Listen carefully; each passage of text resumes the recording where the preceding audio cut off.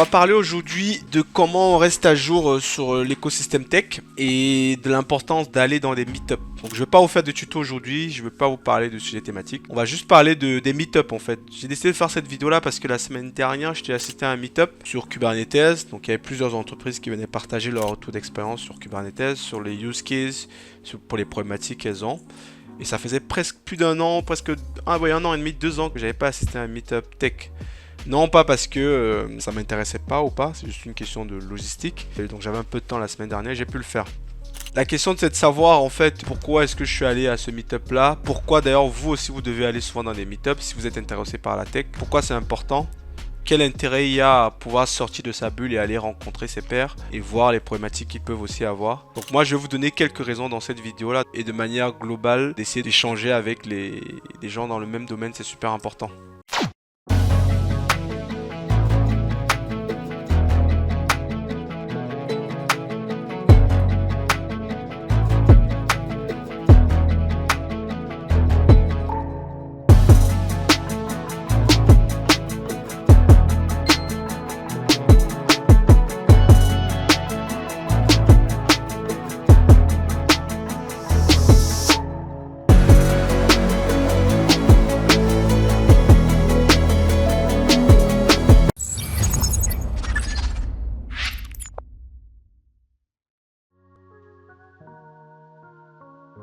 Donc on va être honnête, la plupart des meet-up c'est souvent en fin de soirée. Donc quand on dit des meet-up ou conférences ou ce que vous voyez, c'est souvent en fin de soirée ou bien en milieu de semaine. Ça demande souvent un effort. Parce que souvent on a des choses qui sont planifiées à l'avance et les meet-up ou les événements tech, ils peuvent souvent être improvisés ou à la dernière minute. Donc ce qui fait que c'est souvent difficile de se motiver. On peut se dire aussi déjà, je suis déjà expérimenté. Moi par exemple sur mon cas, c'est une conférence sur Kubernetes. J'aurais pu très bien me dire, mais je suis déjà expérimenté. Je vais pas forcément apprendre grand chose, je vais rien apprendre de révolutionnaire ou je pourrais rester chez moi et en plus j'ai l'IA qui peut m'aider si j'ai cette problématique là. Donc on pourrait se dire de prime abord que en fait il n'y a pas un grand intérêt et pourtant c'est exactement pour ça que je suis allé. Parce que je connais le domaine, Kubernetes ça m'intéresse, parce que j'avais aussi envie de rencontrer des personnes et surtout j'avais aussi besoin de pouvoir discuter avec d'autres personnes pour pouvoir confronter mes idées.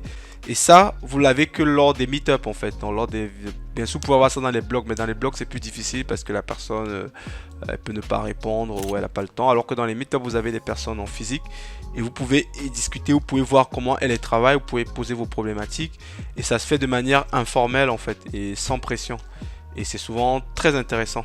Donc moi dans le meetup que j'ai assisté la semaine dernière sur Kubernetes, j'ai découvert un outil que je connaissais pas du tout, qui s'appelle le SyncGit. Donc c'est un outil en gros qui permet de réconcilier le ClickOps et le DevOps. Parce qu'en gros la philosophie de DevOps veut qu'on automatise tout. Mais par contre il peut y arriver qu'on ait à faire des actions sur la console.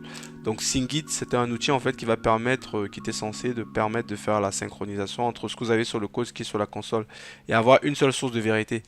Donc c'était encore un produit qui est encore en test, mais c'est quelque chose que j'ai apprécié, que j'ai découvert et c'était assez intéressant en fait. Et j'ai aussi pu voir comment d'autres entreprises travaillent avec des GPU sur Kubernetes, sauf que moi je connais Kubernetes mais j'ai jamais eu à dealer avec les problématiques de GPU. Et quand tu travailles sur Kubernetes avec des GPU, c'est d'autres problématiques. Et ça c'est aussi très intéressant parce que c'est des boîtes justement qui faisaient tourner des modèles d'IA à l'intérieur de leur cluster Kubernetes. Et toutes ces connaissances-là, c'est vraiment fantastique parce que dans les meet-up, les gens peuvent vous partager ces connaissances-là, vous pouvez poser des questions et pouvoir avoir des retours. Donc ça, c'est des choses que je n'ai pas forcément au quotidien. Donc ce que les meet-up vont vous apporter, et pourquoi je vous recommande quand vous pouvez d'y aller, c'est que tu vas réaliser en général que tes problèmes ne sont pas uniques. Parce que parfois on a des problématiques, on se dit on est les seuls à voir, c'est trop compliqué. Mais en fait, quand tu vas dans les meet-up, tu te rends compte en fait que tes problématiques, d'autres l'ont déjà eu et ils ont parfois souvent trouvé des solutions à ces problématiques-là. Donc ça peut permettre de gagner du temps parce qu'en discutant avec des pairs, des gens qui sont passés par là, ils peuvent vous donner des astuces, des choses auxquelles on n'aurait pas pensé. Parce que parfois, même à l'échelle d'une équipe, le fait d'être trop dans une bulle, on perd parfois le fait d'avoir un peu de recul. Et parfois aller discuter avec des gens qui sont dans un autre contexte, qui ont leurs propres problématiques mais qui ont eu peut-être le cas, ça permet d'avoir d'autres idées et d'autres façons de faire en fait. La deuxième chose aussi que j'adore moi dans les meet-ups, c'est que tu peux discuter avec des gens et tu vois aussi la manière de raisonner. Tu vas peut-être voir deux boîtes qui ont la même problématique, mais la manière dont ça a été solutionné d'une certaine façon et d'une autre façon. Et ça aussi c'est aussi très enrichissant parce que là ça permet vraiment de voir comment d'autres équipes structurent leurs projets, de comprendre comment est-ce qu'elles prennent des décisions techniques, de pouvoir aussi voir que, par exemple, j'ai causé avec une entreprise, ils disaient qu'eux, ils adoraient quand ça marchait pas. C'était un peu drôle d'avoir cette discussion-là, mais c'est quand même très intéressant. C'était pour dire dans quel sens ils étaient comment on dit, tellement axés innovation que l'erreur, ça voulait dire qu'on était en train de tester de nouvelles choses en fait. Et le DSI me disait quand je faisais une semaine, 2 semaines sans qu'on ait un bug, moi je disais mais qu'est-ce que vous foutez en fait, parce qu'ils considéraient que s'il n'y a pas de bug ça veut dire que ces développeurs ou ces ingénieurs étaient devenus un peu trop frileux. Et ça c'est des choses qu'on voulait pas dans ce mood là. Si vous avez une autre conception de vous dire ah non on doit jamais avoir de problème, on n'a jamais de bug et tout, le fait de discuter avec quelqu'un qui va vous dire que moi je veux que dans ma prod il y ait des problèmes, qu'il y ait des incidents, parce que ça signifie qu'on teste des choses et tout. Toi qui es plus dans l'autre philosophie, te dis que rien ne doit bouger, quand tu entends ce discours là, alors ça te permet de quand même de remettre en perspective, te dire ah peut-être que tu es trop restrictif, effectivement c'est pas la fin du monde si on a des bugs, effectivement.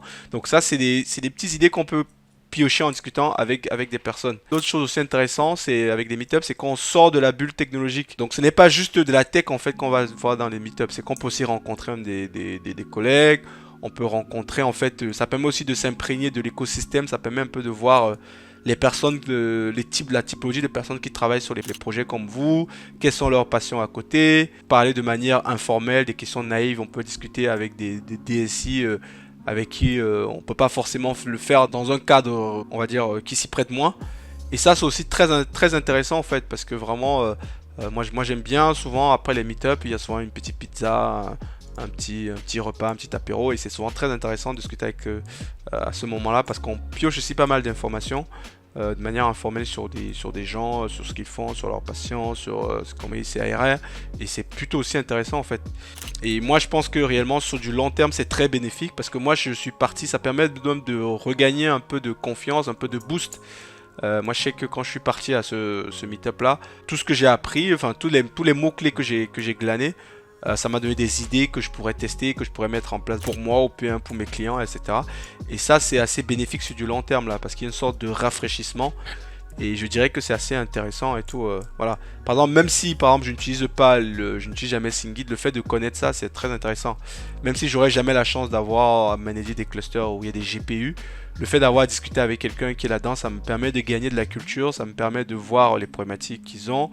Et ça me permet de, par exemple, ils nous ont expliqué comment est-ce qu'ils commandaient les cartes chez Nvidia, le logiciel d'Nvidia, comment est-ce qu'on le configurait, quelles sont les problématiques qu'il peut y avoir. Et tout ça c'est tellement enrichissant, ça permet vraiment d'étoffer un peu son bagage technique. Donc je vais conclure cette vidéo en disant en fait que moi si je devais résumer pourquoi c'est important, surtout pour les jeunes développeurs, même pour les expérimentés d'aller, c'est que ça te permet, la curiosité c'est très bien, le fait d'être curieux, ça te permet d'apprendre des nouvelles choses, de progresser, de voir comment les autres font, d'éviter d'avoir une vision un peu auto-centrée sur comment on gère les choses, parce qu'on a toujours tendance à penser qu'on est le meilleur, on est le plus beau, on est le plus fort.